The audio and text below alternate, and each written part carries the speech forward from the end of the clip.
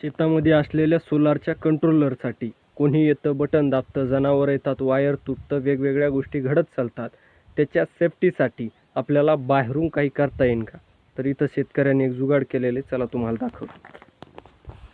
हे बघा, हे अशा पद्धतीचा इथं एक डब्बा, पेटी, जी की आपण शेतामधील लाईटचं स्टार्टर असतं त्याला बी लावण्यात येतं, तशा पद्धतीचं एक खोकं बनवून घेतलेलं आहे. जे बाजारामध्ये रेडीमेड येतं ते काही याला चालत नाही. हे वेगळं पद्धतीनं बनवून घ्यावं लागतं. तुम्हाला मार्केटमध्ये कोणी बनवून देऊ शकतं. त्याला खालच्या साईडने हे बघा, हे ह्या इथं एक होल दिलेला आहे आणि त्याच्यानंतर ह्या इथं एक होल दिलेला आहे, जे की वायर काढण्यासाठी. आणि त्याच्यानंतर याच्यामध्ये जे आहे जे कन्व्हर्टर जे असतं सोलारचं ते बसवलं जातं.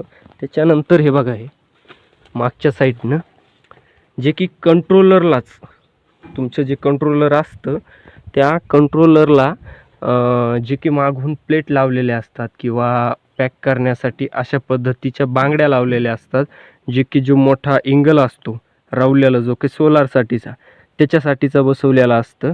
त्याच्यामध्ये जे की नट असते त्याचाच फायदा होतो.